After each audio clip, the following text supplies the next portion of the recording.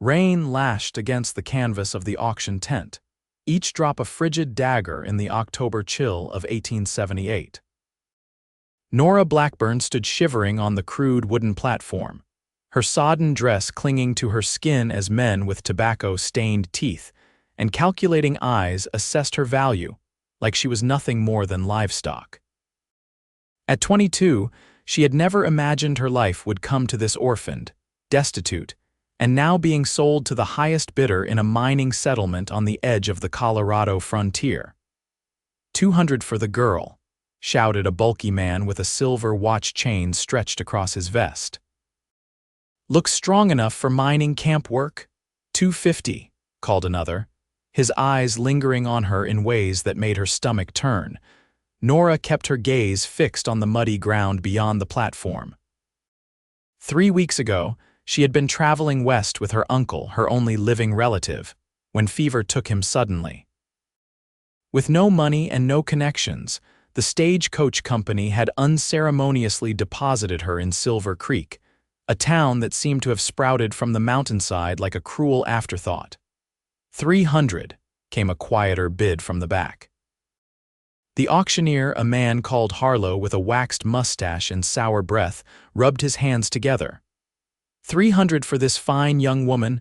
Who'll give me 350? 500, rumbled a voice that cut through the patter of rain. The crowd parted, revealing a tall figure silhouetted against the stormy afternoon light. Nora squinted through the rain as the man stepped forward.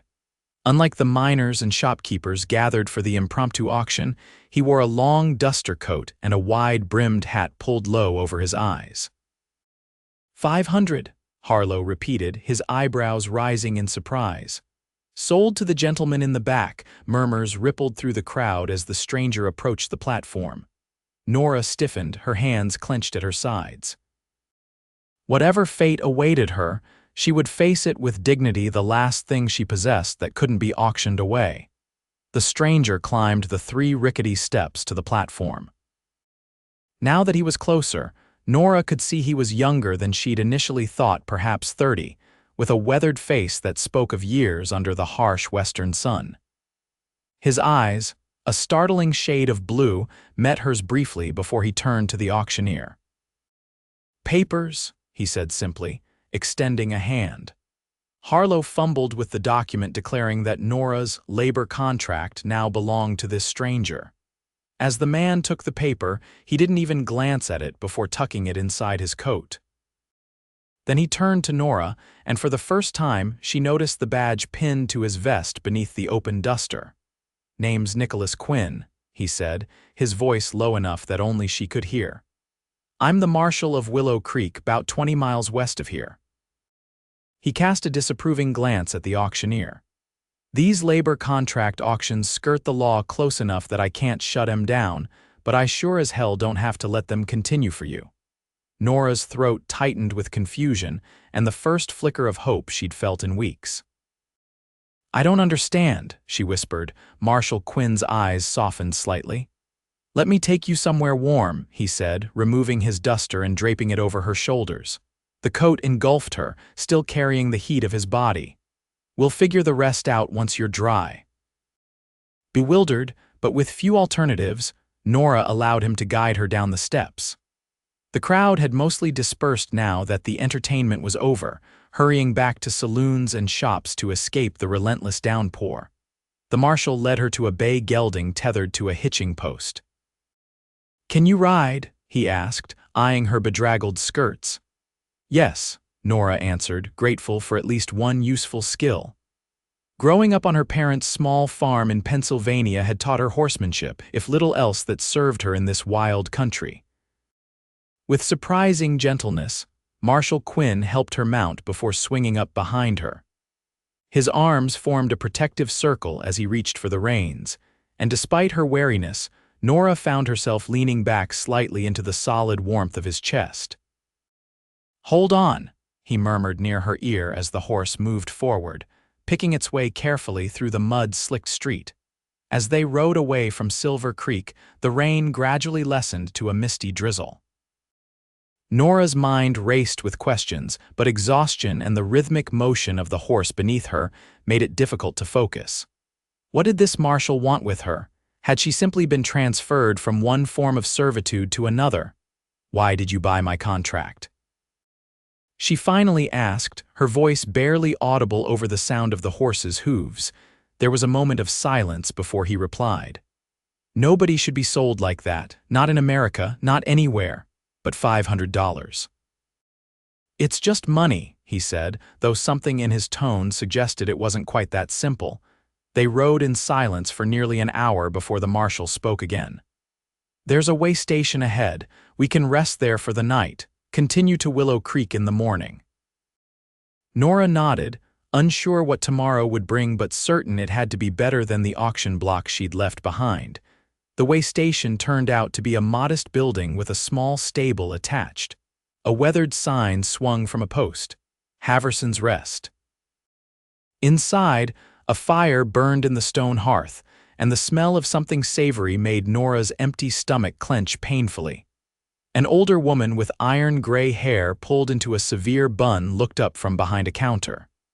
"Nicholas Quinn," she said, a smile warming her stern features. "Been a spell since you've passed through." "Evening, Mrs. Haverson," the marshal replied, removing his hat. "Need a room for the lady and whatever hot food you've got."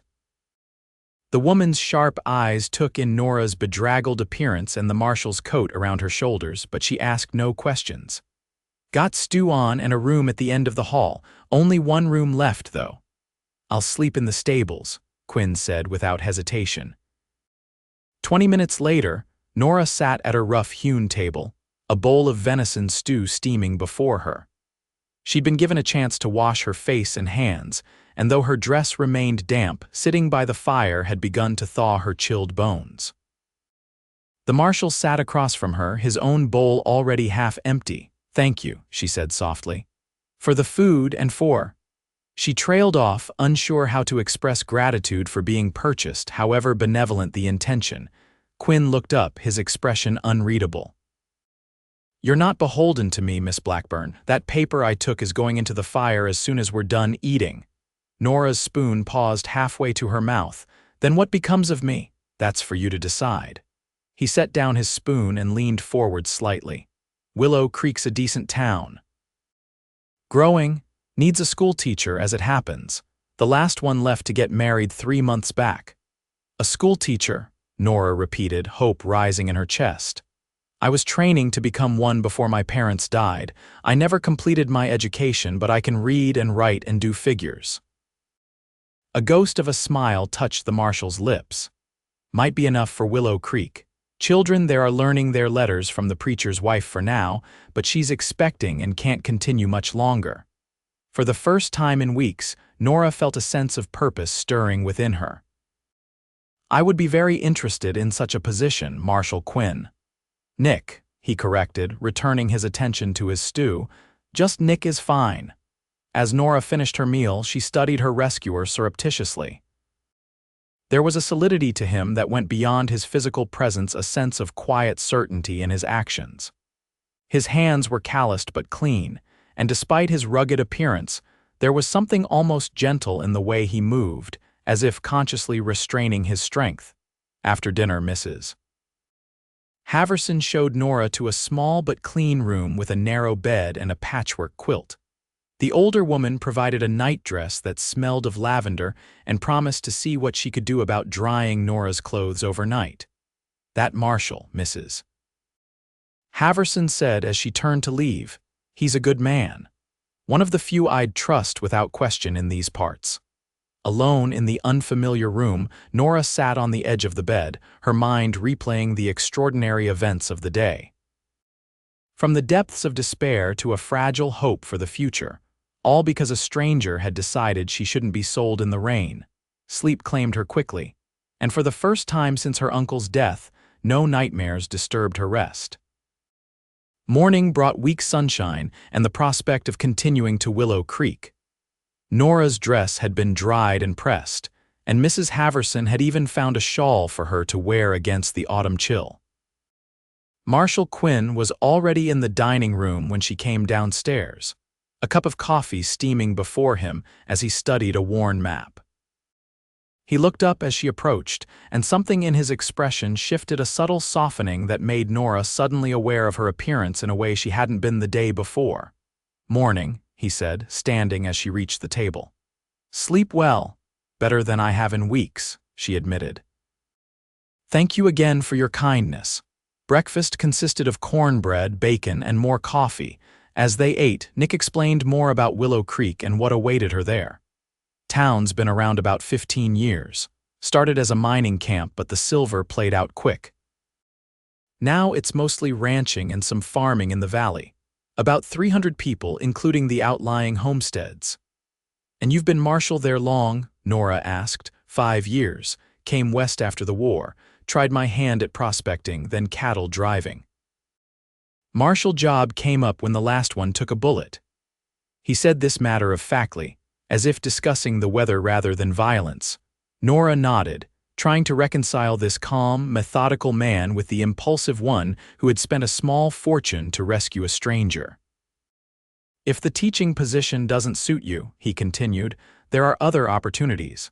The hotel needs help, and Doc Wilson's always saying his wife could use assistance with the patients." "I'd like to try teaching," Nora said firmly. "It's what I always wanted to do." Nick nodded, a hint of approval in his eyes. "We'll see the town council when we arrive. They can make it official." After breakfast, they set off on the final leg of their journey. The day was clear, with a crisp breeze that carried the scent of pine from the mountains rising to the west. Nick rode behind her again, but Nora found herself less tense in his presence, even leaning back slightly when the trail grew steep. "How did you become a marshal?" she asked after they had ridden in companionable silence for some time. There was a pause before he answered. "The town needed someone. I was there. Had some experience keeping order on cattle drives. That's all. Sometimes that's enough, being in the right place when something needs doing." His words reminded her of his actions the previous day, and Nora fell silent, contemplating the kind of man who would spend $500 to free a stranger simply because something needed doing. They reached Willow Creek shortly after midday. The town was larger than Silver Creek, with proper streets laid out in a grid and buildings constructed of timber and stone rather than the hasty canvas and raw lumber of the mining camp. A church steeple rose above the other structures, and children played in a fenced yard beside what Nora assumed was the schoolhouse. People called greetings to Nick as they rode down the main street, curious glances directed at Nora. She sat straighter, conscious of first impressions and what they might mean for her future here. They stopped in front of a 2-story building with Marshal painted on a wooden sign above the door.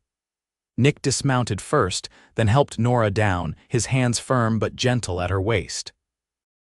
For a moment, they stood close, and Nora caught a glimpse of uncertainty in his usually composed expression. "I should introduce you to Mayor Hollister," he said, stepping back. "He can arrange for your boarding situation while the town council considers the teaching position." "Thank you," Nora said. "I don't know how I'll ever repay your kindness." Nick shook his head. "Nothing to repay, just want to see you get a fair chance." He hesitated, then added, "This town's been good to me. Hope it can be the same for you." Mayor Hollister turned out to be a portly man with an impressive mustache and an even more impressive ability to talk without pausing for breath. He welcomed Nora effusively, expressed outrage at her treatment in Silver Creek, and immediately declared that the teaching position was as good as hers. "We've been desperate for a proper teacher," he explained as he led Nora and Nick through town toward the schoolhouse. "The children are falling behind, and with new families arriving every month, we need someone dedicated to the task." The schoolhouse was a simple building with rows of benches, a teacher's desk at the front, and a small blackboard. Bookshelves lined one wall, though they were sparsely populated. "It's not much," the mayor admitted, "but we're planning improvements. The town's growing. Need educated young people to keep it that way."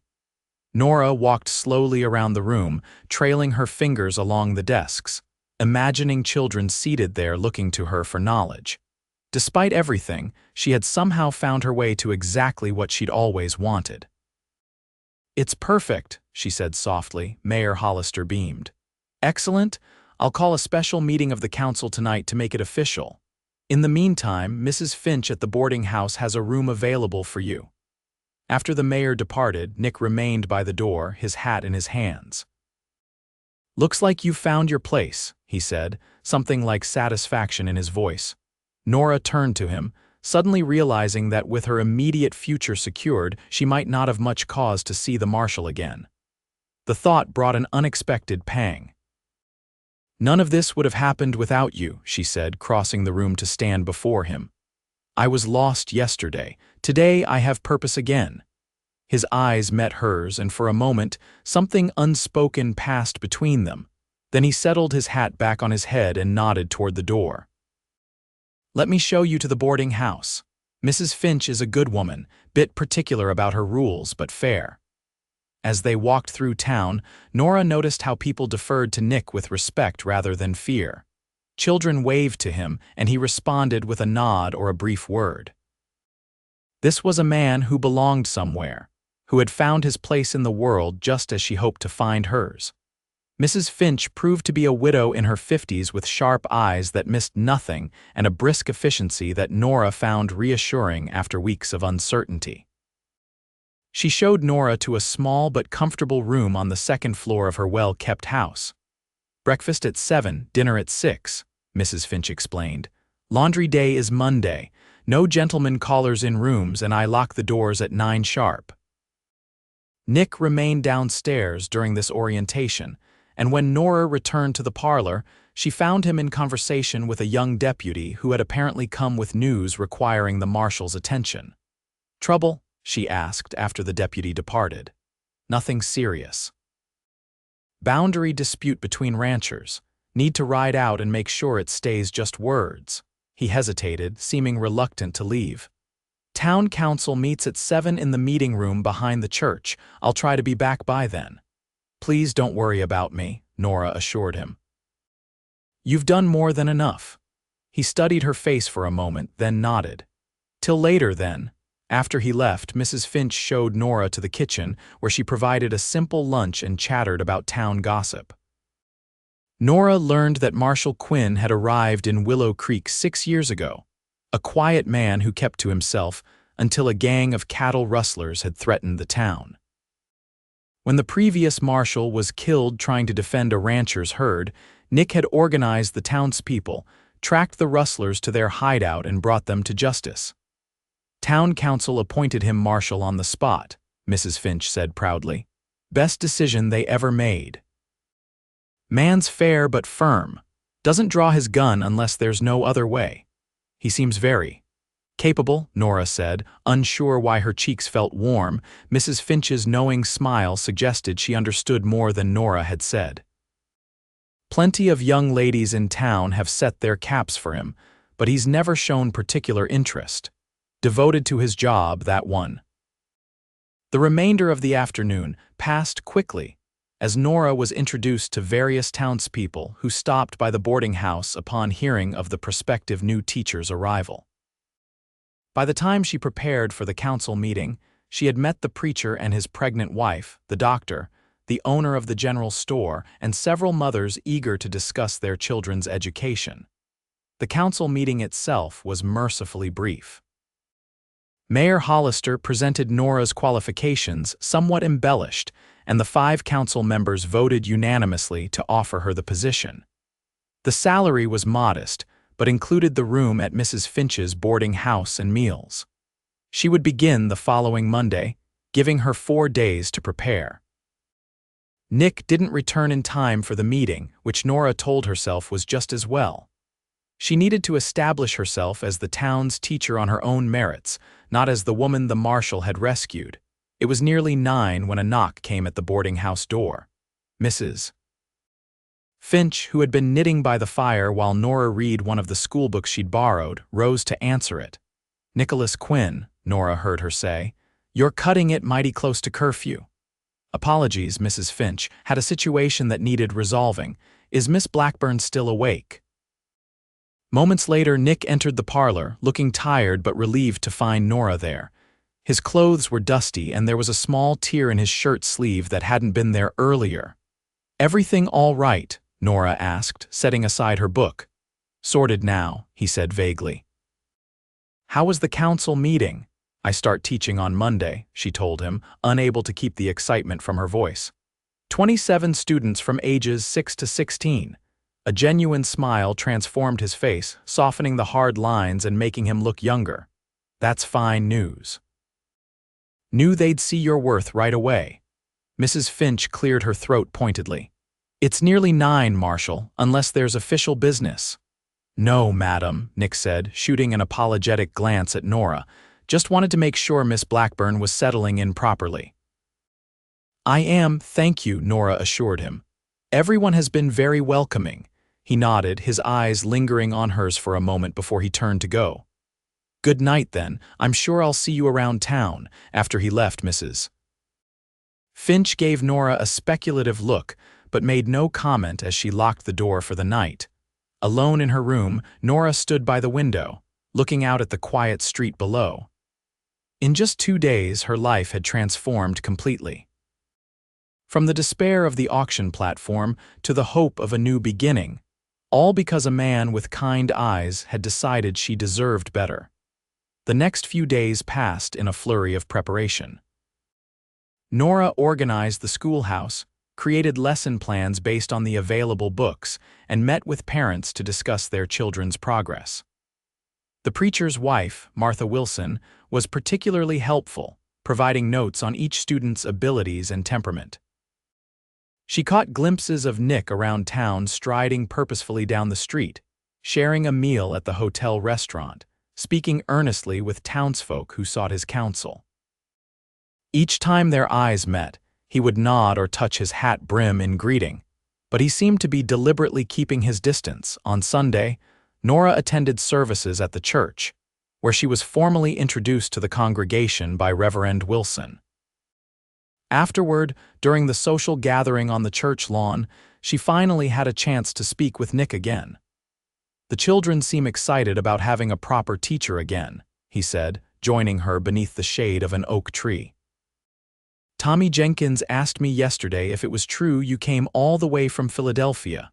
Nora smiled. "It is true, though I've been traveling west since my parents died last year. My uncle thought there might be opportunities for us in Colorado." "I'm sorry about your uncle," Nick said quietly. "From what you mentioned before, I gathered he passed recently. 3 weeks ago, fever." Nora looked across the churchyard, where families gathered in happy groups. "He was my last family. When he died, the stagecoach company said I could work off our fare in Silver Creek, but when I arrived..." "You found yourself on that auction block instead," Nick finished, his jaw tightening. "Those labor contract sales are a thin disguise for something much uglier. Been trying to get the territorial governor to outlaw them entirely." Nora studied his profile, seeing the genuine anger in his expression. "You've saved others, haven't you? Not just me," he shifted uncomfortably. "A few when I can." "With your own money," Nick shrugged. "Do what needs doing with what I have." Before Nora could press further, Mayor Hollister approached, drawing her into a conversation about the school's needs. By the time she looked for Nick again, he had disappeared. Monday arrived with bright autumn sunshine and a knot of anticipation in Nora's stomach. She arrived at the schoolhouse an hour early, arranging books and checking that everything was ready for her first day. When the bell rang at 8 o'clock, 27 children of various ages filed in, eyeing their new teacher with curiosity. "Good morning," Nora said, summoning her courage. "My name is Miss Blackburn, and I'm very pleased to be your teacher." The morning passed in a blur of assessments, as Nora determined what each child knew and what they needed to learn. By noon, when she dismissed them for lunch, she had a clearer picture of the challenge before her and the reward. These children were eager to learn, their minds quick despite gaps in their formal education. As the children scattered to eat their packed lunches in the schoolyard, Nora noticed a familiar figure leaning against the fence. Nick stood watching the proceedings, his expression thoughtful. When he saw her notice him, he straightened and approached the schoolhouse door. "Thought I'd check how your first morning went," he said, removing his hat as he entered. "Wonderfully," Nora replied honestly. "They're bright children, some need more help than others, but all seem willing to learn." "Good." He glanced around the classroom, his eyes settling on a map of the United States pinned to the wall. "That's new. Mayor Hollister ordered it from Denver after the council approved my appointment. It arrived yesterday." Nora moved to stand beside him, looking at the colorful map. "Many of the children have never been beyond the territory. I want them to understand how vast our country is, how many possibilities exist beyond these mountains." Nick nodded slowly. "Important lesson." He turned to her, something unreadable in his expression. "You're going to make a fine teacher, Miss Blackburn." The way he said her name sent a curious warmth through her. "Thank you for believing that, Marshal, before most others did." For a moment, they stood close, the autumn sunlight streaming through the windows casting a golden glow over the simple classroom. Then the sound of children's voices returning from lunch broke the spell, and Nick stepped back, settling his hat on his head once more. "I'll leave you to your students," he said. "Good day, Miss Blackburn." As the weeks passed, Nora settled into life in Willow Creek. The rhythms of teaching provided structure to her days, while evenings were spent preparing lessons, grading assignments, or occasionally joining community gatherings. October gave way to November, and the first snows dusted the mountains visible from the schoolhouse windows. Her path crossed with Nick's regularly in such a small town, but always in public settings: church services, town meetings, or brief encounters on the street. Each time, their conversations were friendly but reserved, as if by unspoken agreement they were maintaining a careful distance.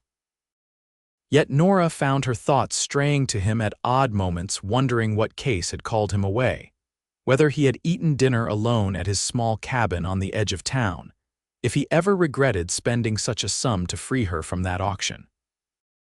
The questions remained unasked, the distance between them preserved by propriety and perhaps something more complicated. Everything changed one frigid evening in early December. Nora had stayed late at the schoolhouse, preparing for the Christmas pageant the children would perform before the holiday break. Absorbed in making paper stars for decorations, she hadn't noticed the early winter sunset or the heavy clouds gathering over the mountains. When she finally gathered her things to leave, snow was falling steadily, already accumulating on the ground. The wind had picked up, driving the flakes horizontally and reducing visibility to just a few yards. Nora pulled her shawl tighter and stepped out into the gathering storm, immediately regretting her decision to work so late. The boarding house was 6 blocks away, and within minutes she was thoroughly chilled, her thin shoes soaked through. The snow fell faster, the wind howling between buildings as darkness settled completely over the town. Disoriented, Nora paused at an intersection, suddenly unsure which way to turn. A lantern appeared through the swirling white, bobbing closer until Nick's concerned face emerged from the gloom. "Nora," he called, using her given name for the first time, "what are you doing out in this?" "I lost track of time at the school," she admitted, teeth chattering. "I think I took a wrong turn." Nick was beside her instantly, wrapping his heavy coat around her shoulders. "You're half frozen," he said, his voice tight with worry. "My place is just there." He nodded toward a cabin across the street, a warm light glowing in its window. "Can you make it that far?" Nora nodded, too cold to protest as he guided her through the deepening snow. Inside, his cabin was blessedly warm, a fire crackling in a stone fireplace. The space was simple but neat: a table and chairs, a small kitchen area, a bed behind a partial screen, and bookshelves filled with more volumes than she would have expected. "Sit by the fire," Nick instructed, helping her to a chair before adding another log to the flames. "I'll make coffee." As warmth gradually returned to her limbs, Nora looked around with curiosity. This private space revealed aspects of Nick she hadn't glimpsed before: books on law and history, A chess set with a game in progress. Was he playing against himself? A sketch of a farmhouse pinned beside the fireplace. "Your home is lovely," she said when he returned with 2 steaming cups. "It's not much, but it's mine." He handed her a cup and sat in the chair opposite. Storm blew in faster than predicted. Whole town's going to be snowed in by morning from the look of it. Nora sipped the strong coffee, letting it warm her from within. "I should get back to Mrs. Finch's." "She'll be worried." "Already sent word with Deputy Larson before I came looking for you," Nick assured her. "He'll let her know you're safe." "You came looking specifically for me?" A faint color touched his cheekbones. "Checked the school first when you didn't appear at the boarding house by dark." Mrs. Finch was concerned. Nora wasn't entirely convinced that was the whole truth, but she didn't press. "Thank you. Again, you seem to make a habit of rescuing me." "Just doing my job," he said, but there was a softness in his eyes that belied the casual words. They sat in comfortable silence for a time, listening to the wind howl outside and the fire crackle in the hearth. Nora felt herself relaxing, the tension of the frightening walk through the storm gradually easing. "I never properly thanked you," she said finally, "for what you did in Silver Creek." Nick looked into his coffee cup. "No thanks needed. $500 is a considerable sum," he shrugged. "Had it saved, wasn't using it for anything important." "What were you saving for?" she asked, genuinely curious. There was a long pause before he answered. "Land maybe, further west, Oregon perhaps. You want to leave Willow Creek?" The thought brought an unexpected pang. Someday, not soon. He set his cup down and looked directly at her. But plans change, life changes. The intensity in his gaze made her heart beat faster. For the first time, Nora allowed herself to acknowledge what she had been trying to ignore for weeks. Her feelings for this quiet, honorable man went far beyond gratitude. The moment stretched between them, filled with unspoken possibilities. Then Nick stood abruptly, breaking the spell. "Storm's not letting up," he said, moving to the window. "You should take the bed. I'll sleep by the fire." "I couldn't, please," he said firmly. "I've slept in far worse conditions." Recognizing the finality in his tone, Nora acquiesced. He provided one of his shirts for her to sleep in and politely turned his back while she changed behind the screen. The simple garment hung to her knees, smelling faintly of soap and something uniquely Nick. As she settled into his bed, Nora watched him arrange a bedroll near the hearth, his movements efficient and practiced. "Good night, Marshal," she said softly. He glanced over, a half-smile touching his lips. "Think you might call me Nick now, circumstances being what they are." "Good night, Nick," she amended, a smile in her own voice. "Sleep well, Nora." Despite the howling wind outside and the strangeness of her situation, Nora fell asleep quickly, lulled by the fire's warmth and the inexplicable sense of safety she felt in Nick's presence. She woke to the smell of coffee and bacon. For a disoriented moment, she couldn't remember where she was. Then the events of the previous night came rushing back, and she sat up to find Nick already dressed and cooking breakfast at the small stove. "Morning," he said, turning at her movement. "Storm's passed, but we've got close to 2 feet of snow out there. Town's pretty well buried." Nora slipped from the bed, conscious of her disheveled appearance and state of undress. "I should get back to the boarding house as soon as possible." Nick nodded, understanding her concern for propriety. "Eat first, then I'll walk you back."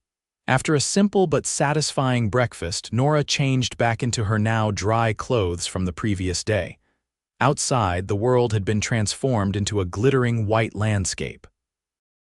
The sun shone brilliantly on the fresh snow, nearly blinding in its intensity. Nick offered his arm as they navigated the uncleared streets, their boots crunching through the pristine surface. Few people were out yet, but those they passed greeted them with knowing looks that made Nora's cheeks burn despite the innocent nature of her overnight stay. At the boarding house, Mrs. Finch received them with surprisingly little fuss, having been assured by Deputy Larson of Nora's safety. Still, as Nick prepared to leave, the older woman fixed him with a meaningful look.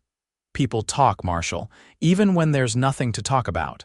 Nick straightened, meeting her gaze steadily. I've never much cared what people say about me, Mrs. Finch. But I do care about Miss Blackburn's reputation.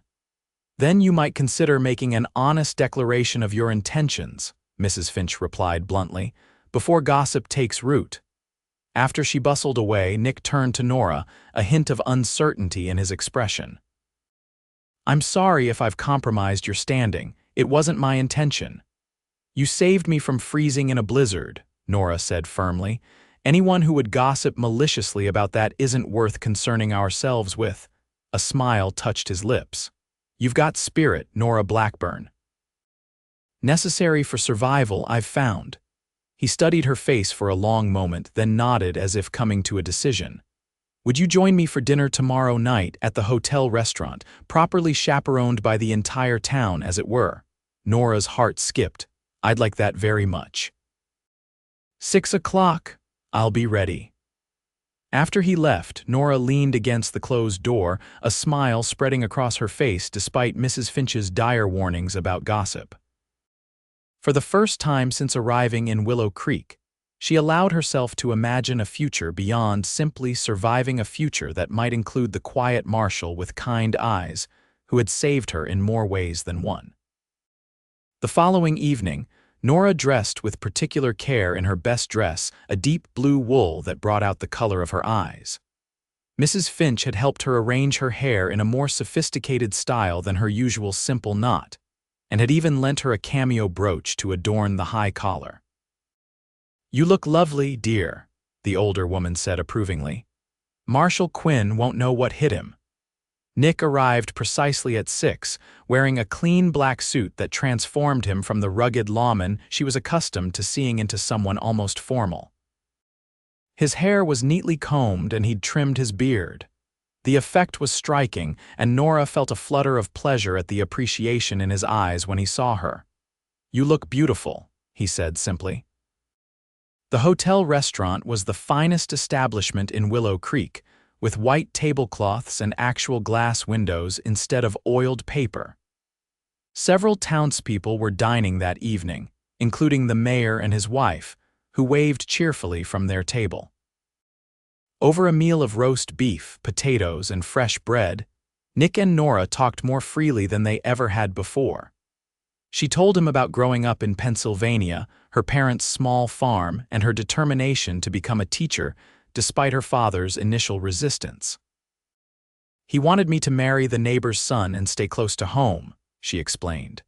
But I wanted more from life. When I was 16, I convinced him to let me attend the normal school in Philadelphia.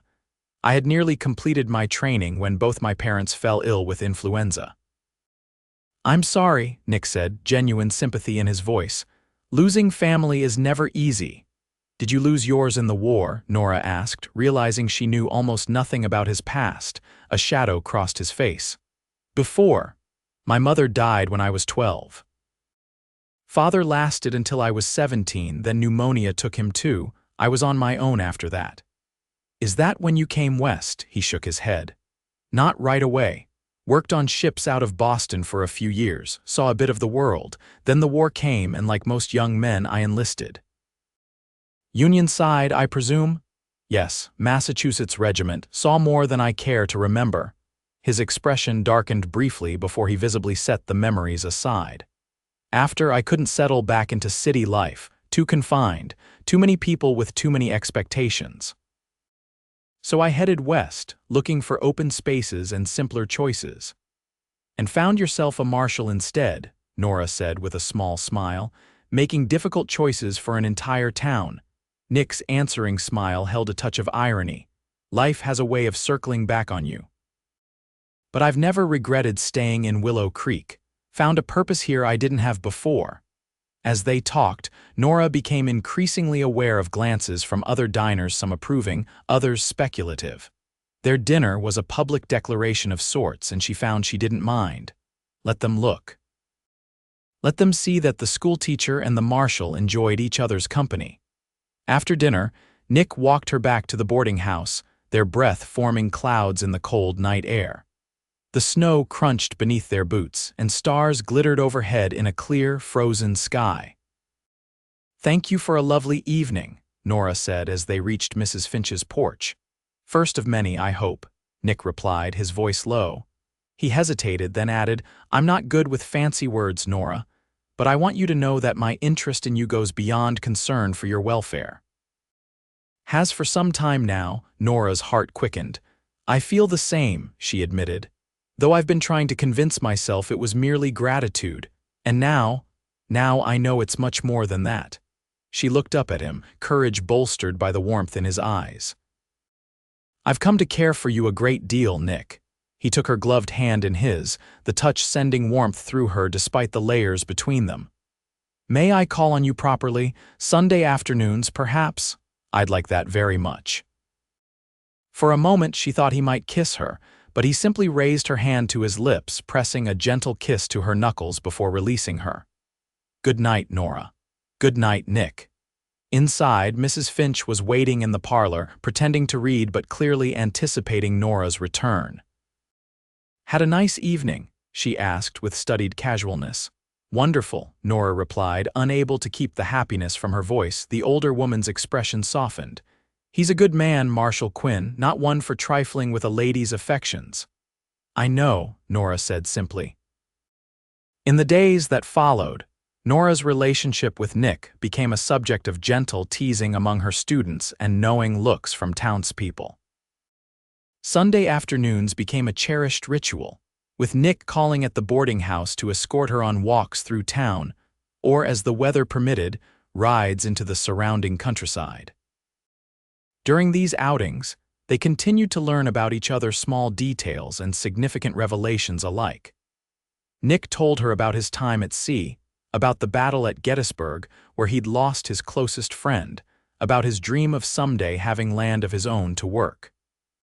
Nora shared memories of her childhood, her struggles in Philadelphia, her hopes for her students' futures. As Christmas approached, the entire town buzzed with preparations. Nora's students practiced diligently for their pageant, while businesses and homes were decorated with evergreen boughs and candles.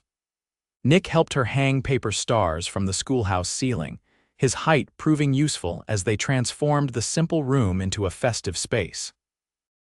"Never much celebrated Christmas before coming to Willow Creek," he admitted as they worked. "On ships it was just another day during the war." He trailed off, then shrugged, "But here people make it special."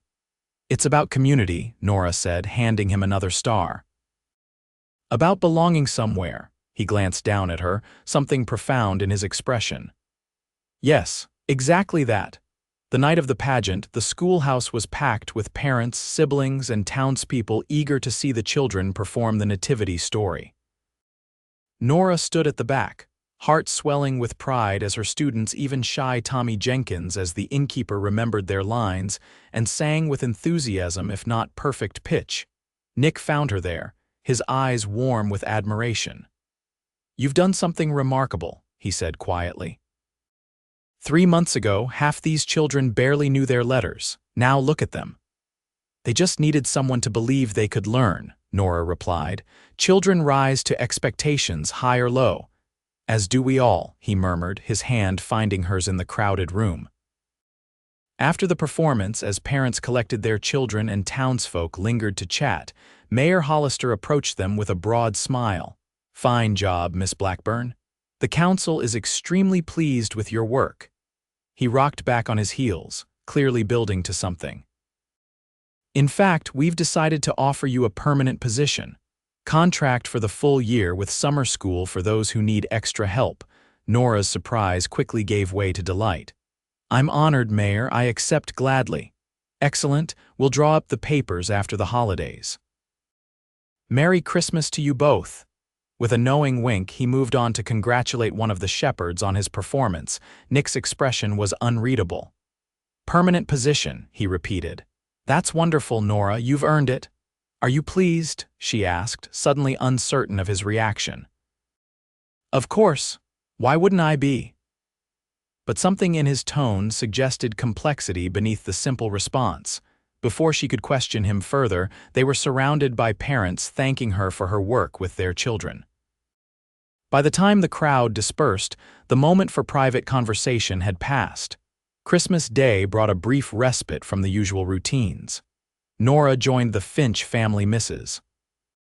Finch's married daughter and her husband had come from Denver for a festive breakfast, then attended the special church service. Nick met her afterward, presenting her with a small package wrapped in brown paper. "Merry Christmas," he said as they walked through town, fresh snow crunching beneath their boots. Inside the package, Nora found a delicate silver bookmark engraved with her initials. "It's beautiful," she breathed. "Thank you." "Ordered it from Denver," he explained, looking pleased at her reaction. "Thought you might use it for your school books. I have something for you as well." She handed him a carefully wrapped parcel. Nick unwrapped it to reveal a knitted scarf in deep blue wool. "You made this," Nora nodded. "Mrs. Finch helped me. My knitting skills were rather rusty." He immediately wrapped it around his neck, the color bringing out the blue of his eyes. "Best gift I've received in years," he said sincerely. "Thank you." They spent the afternoon at his cabin, where Nick had prepared a simple but delicious Christmas dinner. As twilight fell, they sat before the fire, content in each other's company. Outside, snow began to fall again, soft flakes drifting past the windows. "I've been thinking," Nick said after a comfortable silence, "about the future." Nora turned to him, curious. "What about it? Your permanent position here, my work as marshal." He hesitated, then continued more determinedly. "I've come to realize something these past months, Nora.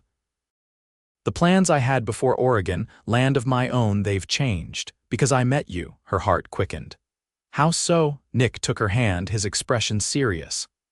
"I don't want to leave Willow Creek if it means leaving you, and I don't want to simply call on you Sunday afternoons anymore." He drew a deep breath. "I want to court you properly, with an understanding between us about where it might lead, if you're amenable." "Are you asking if I might consider marrying you someday, Marshal Quinn?" Nora asked, her voice steady despite the emotion welling within her. "I am."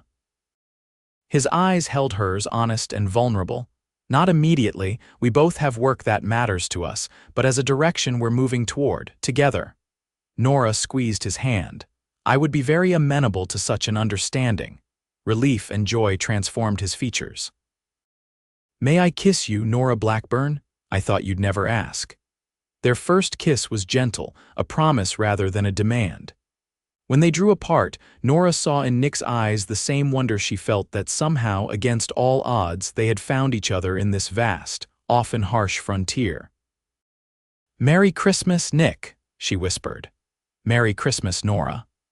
Winter gradually yielded to spring, bringing mud season followed by an explosion of wildflowers in the meadows surrounding Willow Creek. Nora's days remained full with teaching, while Nick's duties as marshal kept him equally occupied.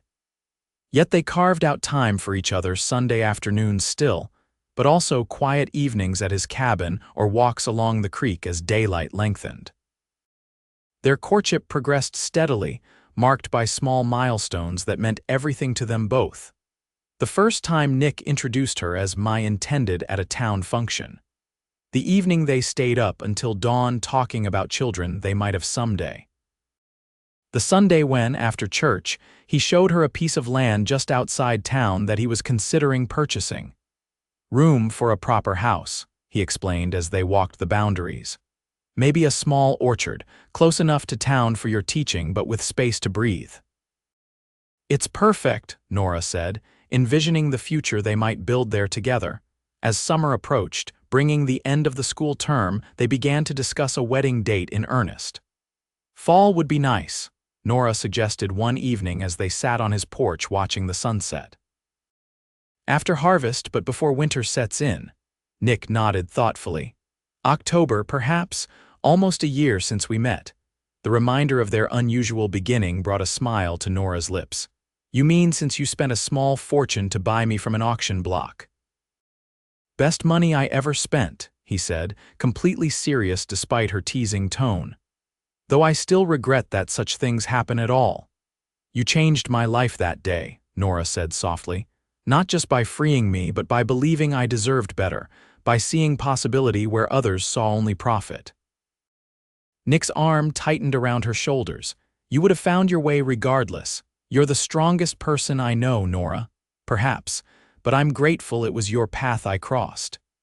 She leaned her head against his shoulder, content in the knowledge that their future together was secure. The last day of the school term arrived in mid-June, marked by a picnic celebration on the school grounds. Parents and children thanked Nora for her work, presenting her with small gifts and handwritten notes that brought tears to her eyes. "You've changed this town," Mayor Hollister declared in a brief speech. "Our children are learning, growing, and dreaming bigger dreams because of you, Miss Blackburn. We're fortunate indeed that Marshal Quinn had the good sense to bring you to us." As the families dispersed and Nora began cleaning the schoolroom for the summer break, Nick appeared in the doorway, a telegram in his hand and an unreadable expression on his face. "What is it?" she asked, immediately concerned. "News from Silver Creek," he said, crossing to her side. "That auctioneer, Harlow, he's been arrested by the territorial marshals. Seems he wasn't just selling labor contracts, he was trafficking young women to mining camps further west." Nora sank into her chair, the implications clear. "If you hadn't been there that day." "But I was." Nick knelt beside her, taking her hands in his. "And now Harlow and his associates will face justice. The territorial governor is finally taking action against these auctions, partly because of the evidence gathered in this case. You had something to do with that evidence, didn't you?" Nora asked, knowing him too well to believe this was mere coincidence. Nick shrugged. "Wrote some letters, spoke to some people when I was in Denver last month. My hero," she said, only half joking, "always fighting wrongs wherever you find them." His expression grew serious. "There's something else, Nora, something I've been wanting to ask you." He reached into his pocket and withdrew a small velvet box. "I know we've been talking about October, but I find I don't want to wait that long." He opened the box to reveal a simple but beautiful ring with a small diamond that caught the afternoon sunlight streaming through the schoolhouse windows. "Nora Blackburn, will you marry me? Not in October, but next month." "I've already spoken to Reverend Wilson, and he's available any Sunday in July." Joy bubbled up within her, as bright and clear as a mountain spring. "Yes," she said without hesitation. "Yes to marrying you and yes to July." Nick slipped the ring onto her finger, then pulled her to her feet and into his arms. His kiss was no longer tentative but confident, filled with promise and shared dreams. When they finally parted, both slightly breathless, he rested his forehead against hers. "1 year ago, I had no idea my life was about to change completely," he murmured. "All because it was raining in Silver Creek that day.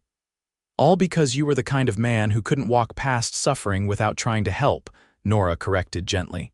"The rain was just circumstance. What matters is what you chose to do in it." They were married on the 3rd Sunday in July, in a ceremony attended by the entire town. Nora wore a cream-colored dress ordered from Denver, with wildflowers in her hair instead of a formal veil. Nick looked handsome and slightly overwhelmed in a new black suit, his eyes never leaving hers as they spoke their vows.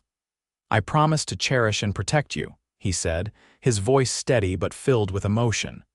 "Not because you need protection, but because you deserve to be cherished.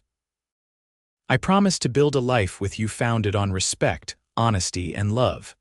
And I promise that no matter what storms may come, I will always bring you somewhere warm." Nora's own vows, carefully written and memorized, came from the deepest part of her heart. "I promise to stand beside you in all things, to support your dreams as you have supported mine. I promise to create a home filled with learning, laughter, and love. And I promise that wherever we go, whatever we face, my heart will always be your home, the warmest place I know." Mayor Hollister hosted the reception in the hotel dining room, where tables had been pushed aside to create space for dancing. Nick, who had claimed to have 2 left feet, surprised Nora by leading her confidently through the first dance, the result of secret lessons he'd arranged with Mrs. Finch. As the celebration continued around them, they stepped outside for a moment of quiet beneath the summer stars. Nick drew her close, his arms encircling her waist. "Happy, Mrs. Quinn?" he asked, the new name still sounding wonderfully strange to both of them. "Completely," she assured him, resting her hands on his chest. "And you?" "More than I ever thought possible." He kissed her gently, then smiled against her lips. "And to think it all began because they tried to sell you in the rain." "And you said, 'Let me take you somewhere warm,'" Nora finished. "Little did I know how warm it would be or how long I'd want to stay." "Forever," Nick promised, drawing her back into the circle of his arms. "That's how long I'm keeping you warm." "Forever sounds just right to me," Nora whispered, and sealed the promise with a kiss. In the years that followed, they built the life they had envisioned on that plot of land outside town. Nick remained Marshal until the arrival of their second child prompted him to consider a safer occupation. With savings carefully accumulated and a loan from the bank arranged by Mayor Hollister, now a devoted godfather to their firstborn, they established a small but prosperous horse ranch, breeding and training the kind of steady mounts essential for life in the West. Nora continued teaching until their family grew to 3 children, then established a smaller school on their property that served their own children, and those from outlying homesteads too distant from town for daily attendance. Her reputation as an educator spread throughout the county, bringing occasional offers from larger towns that she politely but firmly declined.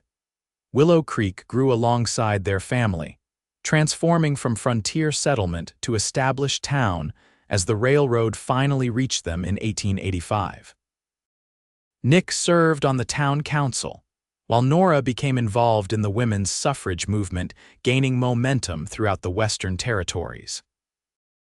On their 10th anniversary, as they sat on the porch of their home watching their children play in the autumn sunset, Nora leaned against her husband's shoulder.